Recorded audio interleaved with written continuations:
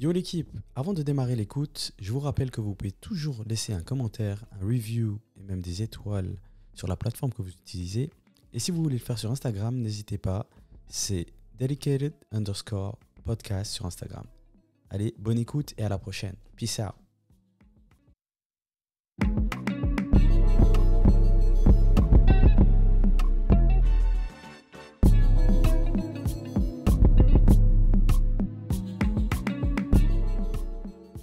Hello l'équipe, j'espère que vous allez tous bien. Avant de démarrer l'épisode numéro 3, je voulais juste m'excuser pour les 2 premiers épisodes.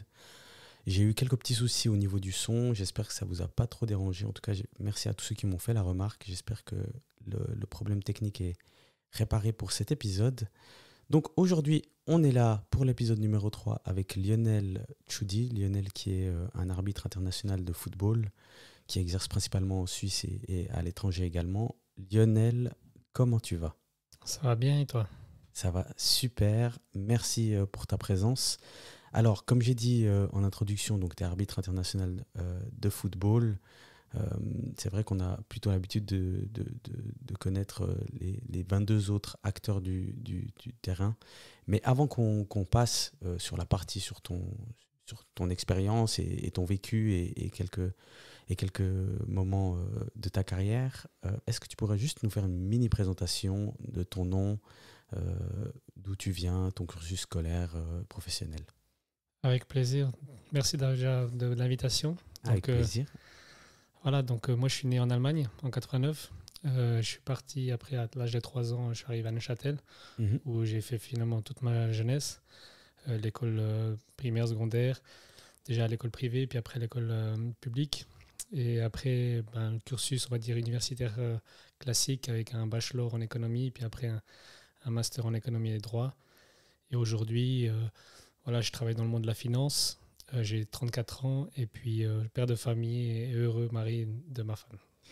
Très bien. Donc, on comprend tout de suite donc, que l'arbitrage fait partie de ta vie, mais tu as également un autre métier. Très bien. Alors, on va tout de suite passer dans le vif du sujet, l'arbitrage. Alors, pour démarrer, est-ce que tu pourrais peut-être nous dire quelle était ta relation au football pendant ta jeunesse déjà et comment tu es arrivé à l'arbitrage, comment tu as débuté ? Alors depuis tout petit, je suis un passionné de football. J'allais voir les amis jouer au terrain. Mon frère aussi. Moi, j'ai commencé que tardivement malheureusement le football, mais j'ai toujours été passionné, que ce soit de la fonction du joueur, mais aussi du manager et de l'arbitre. Et je dis toujours ça comme exemple. J'ai toujours été un grand fan de Football Manager plus que de FIFA. Et du coup, voilà. Après, j'ai eu la chance de commencer à l'âge de 12-13 ans le football. Et après, j'ai jamais finalement quitté ce milieu-là qui est passionnant. Ok. Donc, tu commences le football à 12-13 ans, mais l'arbitrage, ça veut dire que tu le démarres quand ? Alors, j'étais en junior C à 12-13 ans. Et là, mon entraîneur de l'époque et le club de l'époque, comme aujourd'hui maintenant, la problématique du recrutement des arbitres était un sujet. Et j'ai commencé en arbitrant les juniorés, donc c'est les enfants de 8-9 ans, si je ne me trompe pas, pour me faire un peu d'argent de poche. Et j'ai commencé ça au club, j'avais du plaisir. Et après, j'ai commencé à faire le premier cours de formation de l'arbitrage mini pour faire les jeunes de junior D qui ont 11-12 ans, par rapport aux âges, je ne sais plus exactement. Et finalement, j'ai aimé la fonction. À côté de ça, j'ai aussi fait la formation d'entraîneur. Et j'ai aussi entraîné, en même temps de jouer, j'ai entraîné les équipes, des jeunes aussi, j'ai arbitré. Donc j'ai un peu touché à tout quand j'étais jeune, avant de passer uniquement à l'arbitrage. Ok, très bien. Donc, tu fais ces différentes formations à partir de 14 ans à peu près, on dira. Ensuite, donc, tu démarres et tu commences à arbitrer des juniors et ensuite tu montes les différents échelons cantonal et puis après tu arrives au niveau suisse. Alors, j'imagine que c'est une ascension qui a pris quelques années, n'est-ce pas ? Oui, alors déjà, il y a une formation qui est au niveau cantonal pour l'arbitrage mini. Et après, pour faire des juniors C, pour faire le football, on va dire des jeunes ados, là, il faut une formation de l'ASF, donc au niveau national. Et on commence les matchs, on va dire, un peu plus difficiles avec les jeunes. Et puis après, voilà, moi, à l'âge de 16 ans, 16-17 ans, j'ai eu mon premier match de 5e ligue, donc d'adulte. Et c'était déjà pour moi un énorme challenge parce que finalement, je suis arrivé à un match de foot où j'étais le plus jeune sur le terrain. Et le challenge pour moi, c'était pas de prendre finalement des bonnes décisions, c'est surtout de manager 22 personnes qui étaient plus âgées que moi. Et du coup, c'était aussi une expérience humaine très intéressante. Ouais, j'imagine que pour les adultes qui voient un jeune de 16 ans arriver, alors déjà, l'ego en prend un coup, je pense, sachant que l'arbitre est celui qui dirige le match, mais ça a dû être très intéressant et très challengeant. Donc j'imagine que toutes ces choses t'ont construit dans la finalité que tu as réussi à mettre en place aujourd'hui. Euh, Comme j'ai dit tout à l'heure, tu montes les échelons cantonaux suisses. À quel moment tu te dis, bon, ben, en fait, ça pourrait peut-être devenir plus qu'un hobby, ça peut devenir un métier? Alors c'est clair qu'au début c'était une passion, c'était un plaisir, c'était aussi pour moi aussi une possibilité de faire un argent de poche. Et je dirais, j'ai eu la chance d'arriver en deuxième ligue inter dans le cadre talent roman. Alors juste, excuse-moi de te couper, deuxième ligue inter, c'est l'équivalent de cinquième division suisse à peu près. Hein. 5e, 6e division suisse, oui. Et c'est là où j'ai compris, ben voilà, par rapport à la structure qu'il avait mis en place, par rapport à mes collègues aussi, qu'il y avait une structure plus sérieuse et où il y a vraiment une possibilité d'arriver finalement dans le football national, dans le football semi-professionnel. Et ça, pour moi, c'était déjà la première information, voilà, le premier Signal, quoi. signal comme quoi ça passait à un niveau supérieur. Ok, très bien. Et donc, comme tu as dit, ce signal qui te permet d'imaginer que ça peut devenir plus qu'une passion, plus qu'un hobby. Au-delà de l'aspect évidemment financier qui était déjà aussi une motivation, comme tu l'as dit. Euh, Est-ce qu'il y a eu un moment, un match qui t'a permis vraiment d'établir que ça deviendrait ton métier, que ce soit dans les ligues professionnelles ou alors même, je sais pas, dans une ligue un peu inférieure qui t'a dit, ok, là j'ai fait un super match, j'ai vraiment le truc, quoi. Je me souviens d'un match en première ligue, donc à l'époque c'était la 3e ou 4e division suisse, et j'étais encore candidat, hein, c'est-à-dire que c'était l'année de test, et là il y avait un match en jeu, et mon responsable de l'époque qui m'avait convoqué pour ce match, il m'a dit voilà, je te convoque parce que je compte sur toi, mais sache que je serai là aussi pour te regarder. Et pour moi c'était un peu le signal, voilà, il y avait une pression de la performance, la pression du match, et à un moment donné ça m'a donné le signal de dire bah, si j'arrive à gérer la pression de la performance, la pression du résultat, la pression aussi de bien faire par rapport à mes responsables, ça montrait que j'avais aussi les capacités justement de continuer dans ce milieu-là. Ok. Et donc en 2016, tu arbitres ton premier match de Super League. Donc juste pour que tout le monde comprenne, la Super League, c'est la première division suisse, c'est la plus haute division suisse, avec des clubs comme le FC Bâle, Young Boys et autres. Tu arbitres donc ton premier match.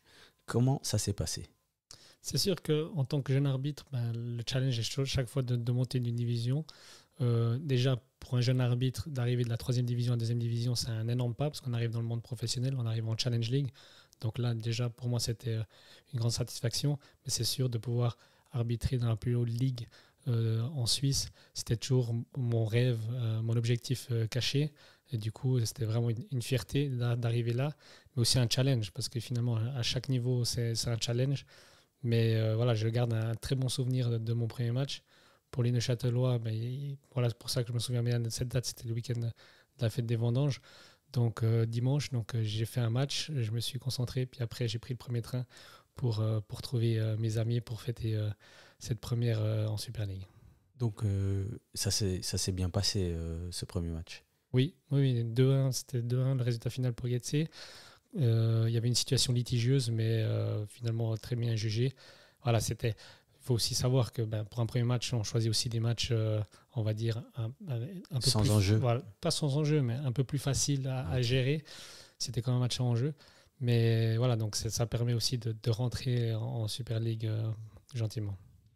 Euh, alors, avant de continuer sur vraiment ton ascension, je pense qu'il y a une question qu'on se pose tous, et je pense qu'elle se pose quel que soit le niveau de l'arbitre. Euh, Vous êtes amené à prendre des décisions hyper importantes tout en courant plus que les joueurs. Donc, déjà, qu'est-ce que ça représente les entraînements d'un arbitre professionnel? Oui, pour nous, finalement, être en forme, c'est le minimum. Parce que, comme je dis toujours, l'exemple que je donne, un joueur qui rate on va dire un tir ou un penalty à la 90e minute, on dit voilà, il est fatigué physiquement, mentalement. Un arbitre qui rate un penalty, qui rate une décision à la 90e minute, on lui dit voilà, il est mauvais, etc. Donc c'est vraiment important qu'il y ait une préparation physique qui soit bonne pour qu'on ait toujours la tête libérée pour prendre les meilleures décisions techniques. Et puis aussi être libéré mentalement. Donc c'est pour moi, je parle toujours des 3 aspects ou des 4 aspects. L'aspect physique, l'aspect mental, l'aspect technique, et qui sont vraiment, et puis après tactique. Ça, c'est les 4 points qu'un arbitre finalement doit maîtriser à 100% pour faire la meilleure performance. Ok. Et du coup, en termes d'entraînement, toi, tu t'entraînes combien de fois par semaine? Alors, je m'entraîne 6 fois par semaine. Ça veut dire le jour du match. Donc, il y a le match, il y a la préparation d'avant-match. Après le match, il y a un match de récupération, un entraînement de récupération. Et après, c'est sûr que l'entraînement le plus important de la semaine où on doit se faire mal, c'est l'entraînement de haute intensité. Voilà, on doit simuler finalement notre effort pendant 90 minutes. Puis après, entraînement de vitesse, entraînement de force. Donc voilà, on s'entraîne 6 jours sur 7, vraiment de manière structurée, professionnelle, pour être prêt physiquement, parce que finalement, statistiquement, on court plus que les joueurs. Donc, on doit pouvoir gérer facilement tout, on va dire, avant-match. Le match est plus ou moins 15-16 km. Ok, ouais. Ben alors voilà, pour ceux qui ne savaient pas, 15-16 km par match, tout en... Avec l'échauffement. Hein, ouais, l'échauffement, ok, très bien. Mais il y a aussi énormément de décisions à prendre, donc c'est quand même quelque chose qui est assez challengeant et qu'on ne relève, je pense pas, assez dans les discussions de café ou autre. Alors, on va continuer sur ton parcours. En 2018, donc, l'association suisse de football qui donc dirige le monde du football suisse, elle établit enfin le statut d'arbitre professionnel, parce qu'avant ça, les arbitres n'avaient pas ce statut professionnel, au détriment des autres pays, si je ne me trompe pas. Qu'est-ce que ça représente quand ils font ça? Alors, c'est clair que pour moi, à titre personnel, c'était vraiment un bon timing, parce que je suis arrivé arbitre international en même temps que 2018. Donc, j'ai directement eu la chance d'être arbitre semi-professionnel parce qu'on a un contrat à 50%. Mais pour nous, c'est clair que c'était une reconnaissance de notre travail. Et surtout, le plus important, ça nous mettait surtout dans les meilleures conditions pour travailler correctement. Ça veut dire qu'à un moment donné, ce qu'il ne faut pas oublier, c'est l'entraînement, ça prend beaucoup du temps, mais il faut aussi de la récupération. Il faut être prêt le week-end. Et aujourd'hui, si on travaille à 100% toute la semaine, ben, on le sait très bien que le vendredi, on est fatigué. Ben, on ne peut pas être à 100% le samedi et le dimanche. Donc finalement, on a enfin reçu les conditions cadres pour pouvoir vraiment faire notre métier au mieux possible, voilà, dans des conditions vraiment professionnelles. Ok, et avec ce statut donc de professionnalisation de l'arbitrage en Suisse, ça c'est des choses qu'on discute de temps en temps. On se demande, mais attends, cet arbitre qui arbitre cette finale, combien il touche? Ou bien, à votre niveau, c'est des rémunérations par match? C'est du coup, avec votre 50%, c'est une rémunération fixe? Comment ça se passe à ce niveau-là? Parce qu'on entend souvent parler des salaires des joueurs qui sont des fois des folies, surtout ces derniers temps. Au niveau de l'arbitrage, ça se passe comment? En Suisse, hein, bien sûr. Oui, alors les montants, ils ont été divulgués. Donc on a une partie fixe pour réduire notre pourcentage de travail, qui est plus ou moins dans les 40 000 francs. Puis après, pour chaque match de Super League, on a 1200 francs par match. En tant en tant que responsable VAR, on a 750 francs. Voilà, donc tout pour tout, je ne sais pas, ça dépend combien de matchs on fait, etc. Plus encore les matchs internationaux, on peut passer de 70, 80 000 francs par année. Ok, très bien, intéressant. Donc, comme tu as dit tout à l'heure, donc, tu intègres le groupe FIFA, c'est juste? Ouais, l'arbitrage international.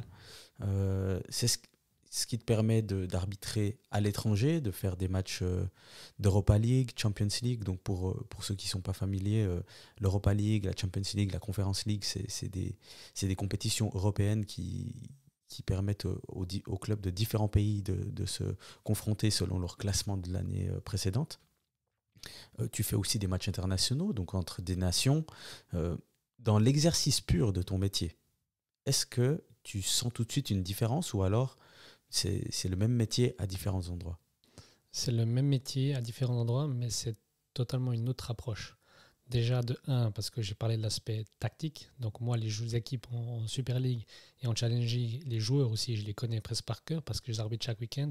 Et en tant que VAR, je peux le voir. Et au niveau international, finalement, on a toute une autre préparation, toute une autre approche parce que les équipes ne nous connaissent pas. Et puis, du coup, il faut créer un lien de confiance, de management qui est totalement différent en 90 minutes. Et il faut faire encore de la préparation, des analyses tactiques des équipes pour comprendre comment ils jouent. Donc finalement, c'est totalement une autre approche. Mais après, le football, c'est la même chose. C'est 11 contre 11. Les règles sont les mêmes. Donc ça, il n'y a rien qui change. Et je pense qu'il y a énormément de gens qui se posent cette question, mais vous parlez dans quelle langue? Parce que quand moi je regarde les matchs, je vois les joueurs qui parlent avec les arbitres, et je me dis, mais lui il est brésilien, l'arbitre il est polonais, l'autre il est italien, l'autre il est sénégalais. Ils parlent en quelle langue? Là aussi, c'est une question de préparation. Moi, je connais les équipes et les joueurs que j'arbitre. Du coup, je sais dans quelle langue je peux parler avec les différents joueurs pour avoir un lien de confiance, un lien de proximité pour pouvoir finalement gérer le match au mieux. Et c'est sûr que certaines fois, il y a un avantage de parler la même langue maternelle que l'autre personne ou l'autre joueur, parce que ça peut créer ce lien de confiance.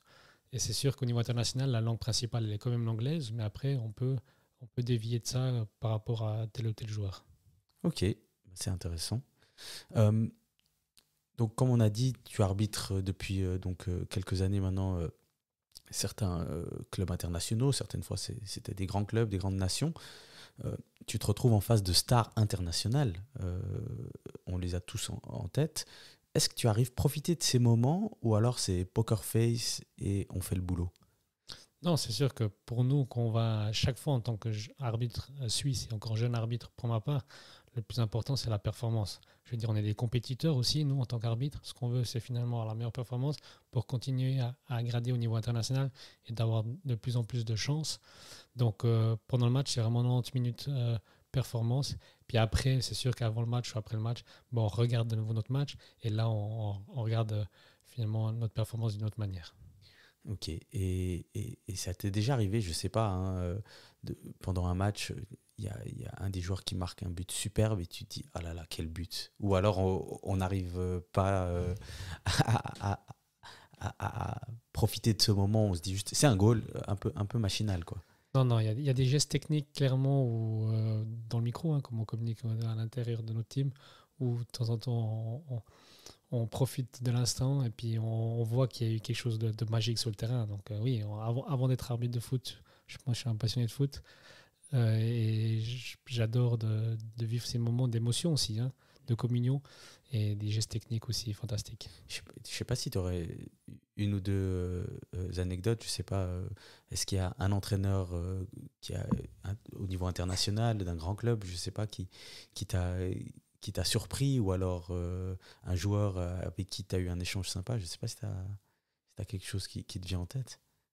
Non, pas spécialement quelqu'un en particulier, mais c'est clair que pour avoir pas connu au début ces joueurs-là, puis de les côtoyer après, c'est clair qu'on se fait une idée, puis après sur le terrain, on voit que finalement, avec tout le respect qu'il y a sur le terrain, on voit que c'est des gagneurs. Les grands joueurs, ils veulent gagner, peu importe le match, c'est des compétiteurs. Et du coup, c'est beau de voir finalement qu'ils sont vraiment concentrés à toujours vouloir performer. Et du coup, j'étais plus surpris en bien, je dirais, ou pas surpris en bien, mais vraiment surpris de cette mentalité de gagneur qu'ont vraiment les grands joueurs. Ok.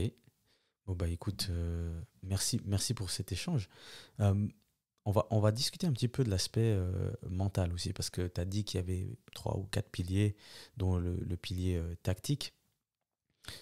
Que ce soit en Suisse ou à l'étranger, comment tu te prépares psychologiquement et techniquement, tactiquement avant le match? C'est-à-dire, est-ce que tu t'informes sur les équipes, tu t'informes sur les joueurs, sans non plus influencer tes futures décisions? Comment tu prépares ton match? Un bon arbitre, c'est finalement un arbitre qui anticipe, qui sait ce qui va se passer, qui connaît les joueurs et qui connaît les équipes. Et du coup, c'est sûr que pour pouvoir performer, il faut cette préparation tactique, technique des équipes. Et du coup, ben voilà, avec la plateforme Wisecout, je pense qui est bien connue dans le monde du football, ben on a la possibilité de télécharger 3-4 matchs de chaque équipe. Et puis, la semaine avant mon déplacement à l'étranger, je regarde ces matchs-là, je les prépare, je coupe certaines séquences pour aussi les montrer à mon team, parce que la préparation d'avant-match, c'est aussi avec mon team, pour qu'ils soient finalement prêts à anticiper ce qui va se passer. Et là aussi, c'est important. C'est pas simplement dire ce joueur-là, il est méchant, ce joueur-là, il est gentil. C'est finalement de savoir quelle est la réaction, quel est le type de joueur, quelle est sa culture. Est-ce que c'est un joueur finalement qui va être compliqué à gérer ou pas? Est-ce que c'est un joueur qui veut qu'on communique avec lui ou c'est un joueur qu'il faut ignorer? Donc il y a vraiment toute une préparation tactique, technique et aussi mentale parce que chaque joueur a besoin finalement d'un autre arbitrage. Ok. En effet, c'est vrai que enfin, on n'imagine pas vraiment toutes ces choses qu'il y a à prendre en compte et à préparer. Et j'imagine que quand on parle, en fait, ça paraît logique. Donc, ça fait beaucoup plus de sens. Prochaine question. Donc, tu as été dans des situations où il y avait 25 000, 30 000 personnes dans le stade suite à une mauvaise décision. Alors, pas forcément dans le jeu, mais par rapport à la vie des gens. 30 000, 30 000, 40 000 personnes qui te sifflent, ça impacte ou ça fait quelle sensation? C'est sûr qu'en tant que jeune arbitre, au début, il faut s'habituer. C'est clair qu'on peut être impressionné, on peut d'abord être un peu perturbé. Et c'est toute une préparation aussi mentale qui doit être faite pour pouvoir finalement surmonter cette étape-là. Avec l'arrivée de la VAR, c'est aussi, on va en discuter après, mais c'est aussi totalement différent. C'est qu'on te demande de sortir devant 30-40 000 personnes pour changer ta décision en l'espace d'une seconde. Donc il y a tout un travail à faire. Et c'est sûr qu'au début, ben, comme tout jeune, hein, je veux dire, l'arbitrage, un des points les plus importants, c'est l'expérience. C'est qu'il faut faire des matchs, il faut vivre des émotions positives, mais aussi vivre des émotions négatives, et pour se forger, et puis finalement pour être meilleur.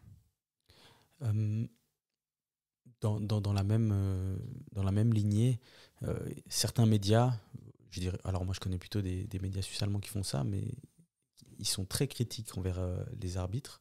Enfin, critiques, c'est-à-dire qu'ils font un feedback aussi sur l'arbitrage du match. Toi, c'est des choses que tu lis, que tu regardes ou tu ignores? Alors par le passé, je lisais beaucoup, j'écoutais beaucoup, parce que ça me donnait une énergie aussi pour m'améliorer, pour essayer de comprendre finalement qu'est-ce que j'aurais pu faire de faux ou pas. Voilà, moi j'ai un sacré caractère aussi, et c'est clair que si on me challenge, ben, ça me pousse aussi à être meilleur. Mais après, au fur et à mesure, j'ai aussi compris qu'à un moment donné, ça ne servait pas toujours à tout écouter, parce que de toute façon, aujourd'hui, sur les réseaux sociaux, on peut voir et entendre de tout. Et du coup, j'ai remarqué que sur le long terme, c'était pas quelque chose de positif pour pouvoir m'améliorer. Je préfère plutôt me concentrer sur les commentaires de mes collègues, de mes amis, de ma famille, pour finalement m'améliorer. Donc, du coup, c'est des choses que tu ne regardes plus trop, quoi. Je regarde de temps en temps, mais maintenant, après, voilà, si malheureusement j'ai fait une décision qui est malheureuse ou dans laquelle je suis pas content de ma décision, je préfère garder une fois ou deux, puis après je passe déjà à la suite. Parce que c'est important déjà de se préparer pour le prochain match. À l'époque, voilà, après une décision litigieuse, j'y pensais pendant une semaine, 2 semaines des fois. Et voilà, j'ai remarqué que finalement, c'était pas positif, que le plus important, c'était de le travailler, hein, d'apprendre de cette erreur, mais de passer aussi plus rapidement à la suite. Bon, bah, c'est parfait parce que tu as enchaîné sur la question que j'avais. Donc, tu as répondu à deux questions en une. Bien vu.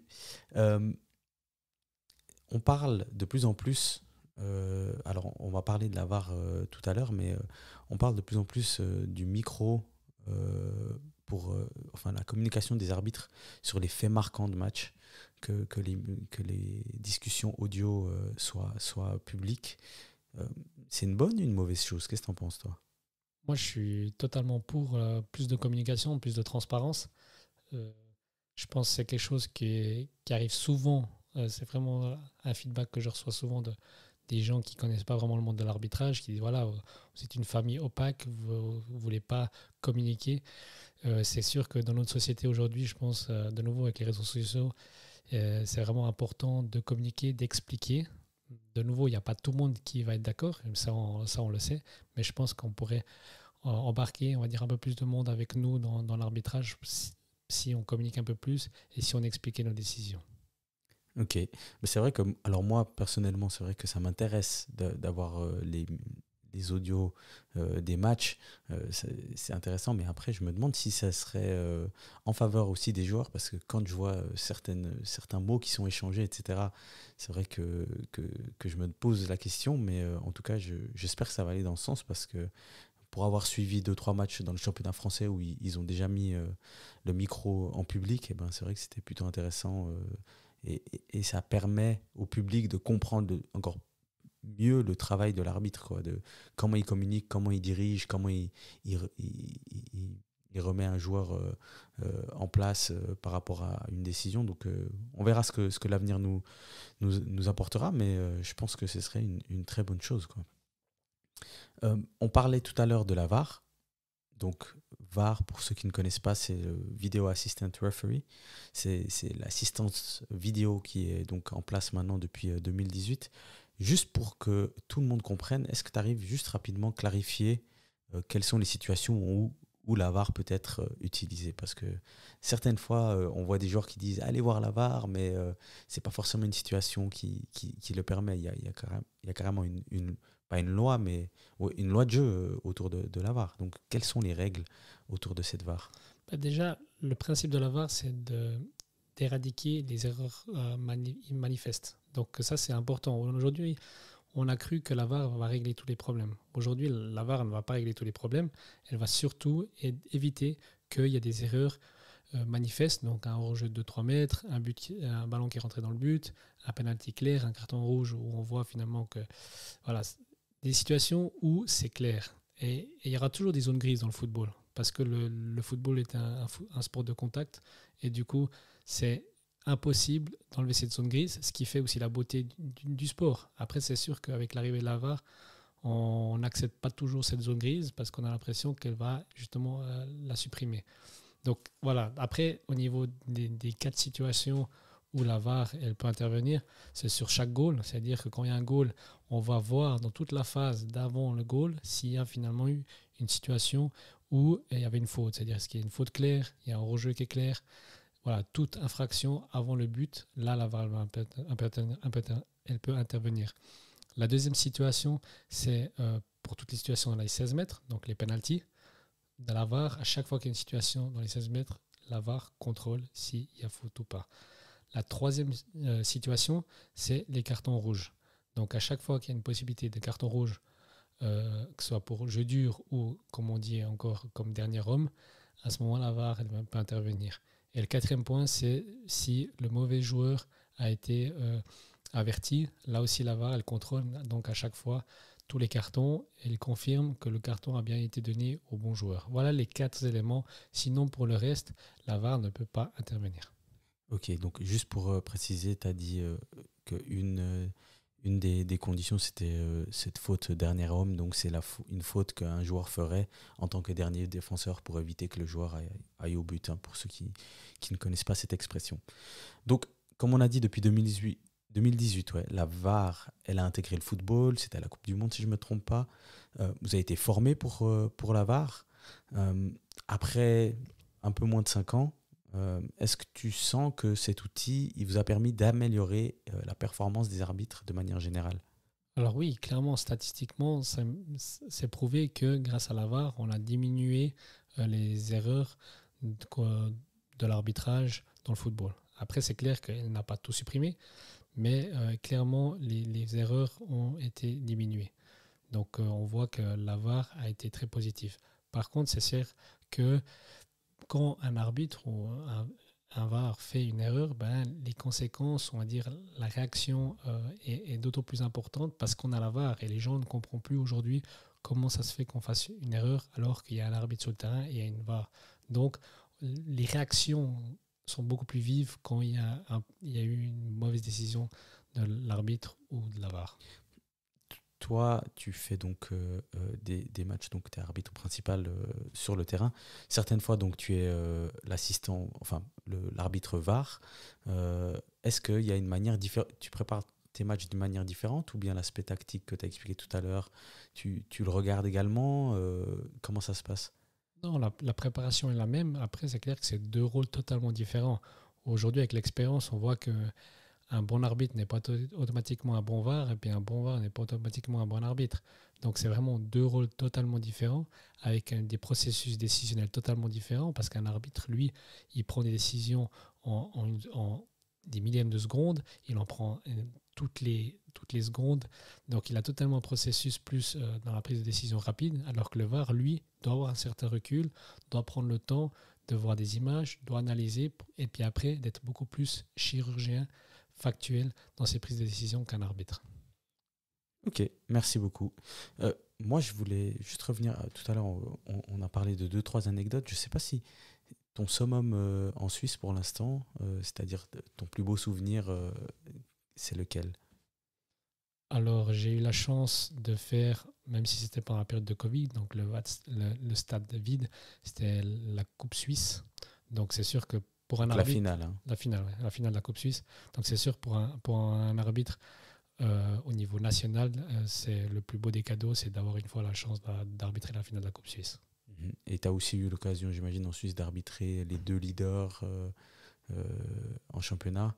Euh, Est-ce que c'est des matchs différents que les deux derniers du championnat, par exemple? Non, alors c'est une préparation de nouveau totalement différente parce qu'effectivement, la réaction des joueurs, peut-être la nervosité des joueurs un peu différente, mais un match entre le dernier et l'avant-dernier, cette nervosité, elle est aussi là. Peut-être techniquement, footballistiquement, les équipes, par rapport à leur classement, c'est pas le même niveau, mais je dis en tant qu'arbitre, pour toute la préparation, l'aspect mental, managériel, il est le même qu'on fait le dernier ou le premier.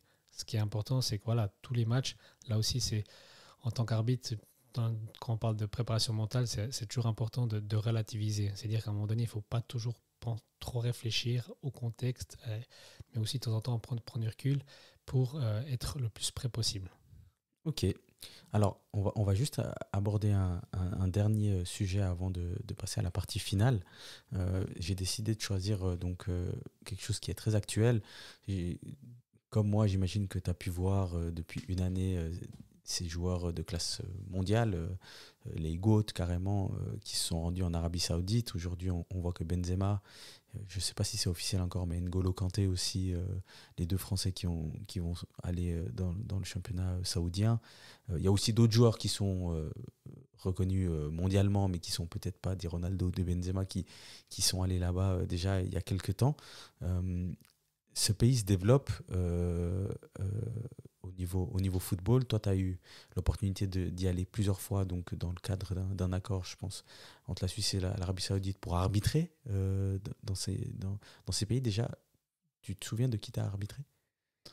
Alors, des équipes Al Ittihad, Al Ahly, Al Nasser, voilà, j'ai eu la chance de découvrir des villes et des cultures qui, je pense, sans l'arbitrage, peut-être j'aurais jamais découvert. Donc, c'est aussi ça la beauté. Moi, j'ai toujours voulu être arbitre et être arbitre international pour voyager. Voilà, rien qu'en Europe, j'ai découvert des magnifiques pays, des magnifiques cultures.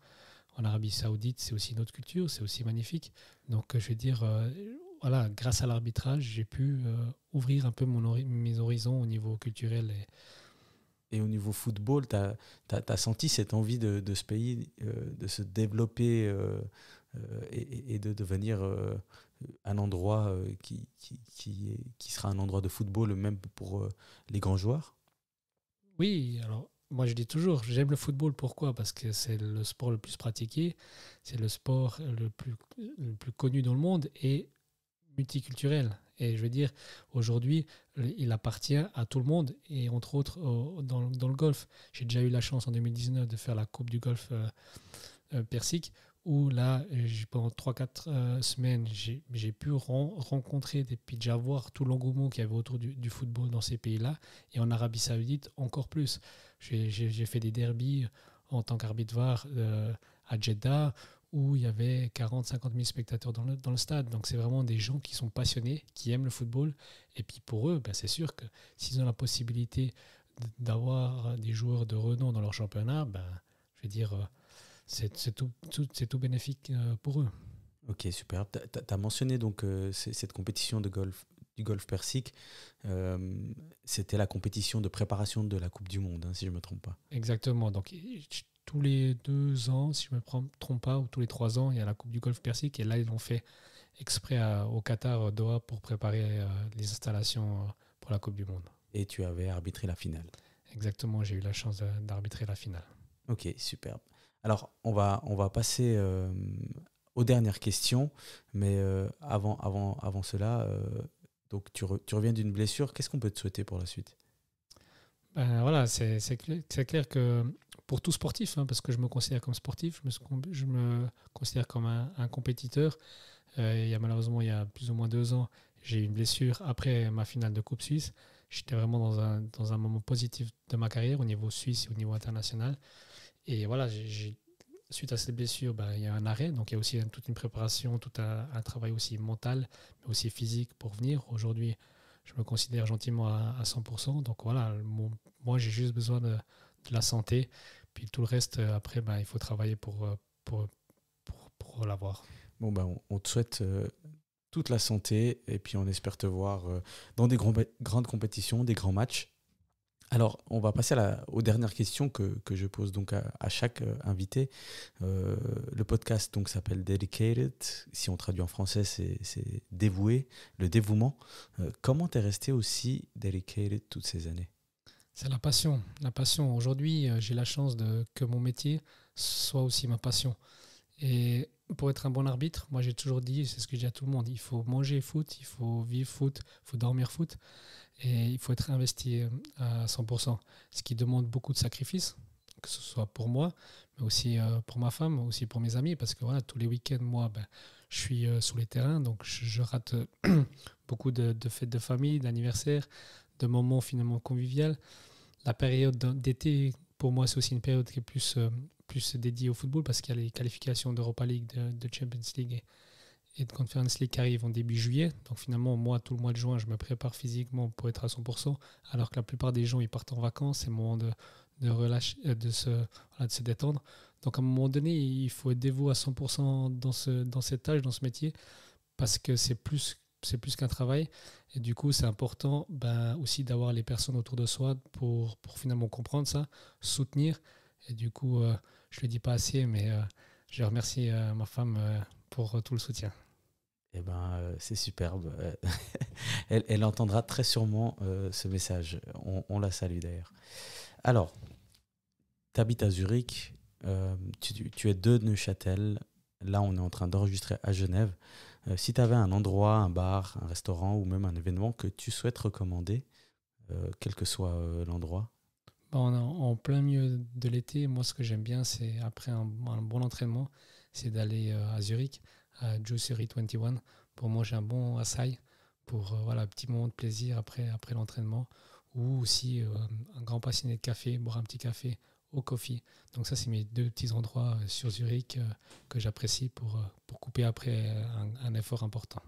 Très bien. Bon, bah, s'il y a des auditeurs, auditrices de Zurich, vous avez l'adresse. Et finalement, ton son du moment. Parce que, attends, mais je vais quand même te poser la question. Je me souviens de cette fameuse pub de Zidane, la chaussette droite, la chaussette gauche. Certains parlent de musique qu'ils mettent avant les matchs. Les arbitres, c'est la même chose.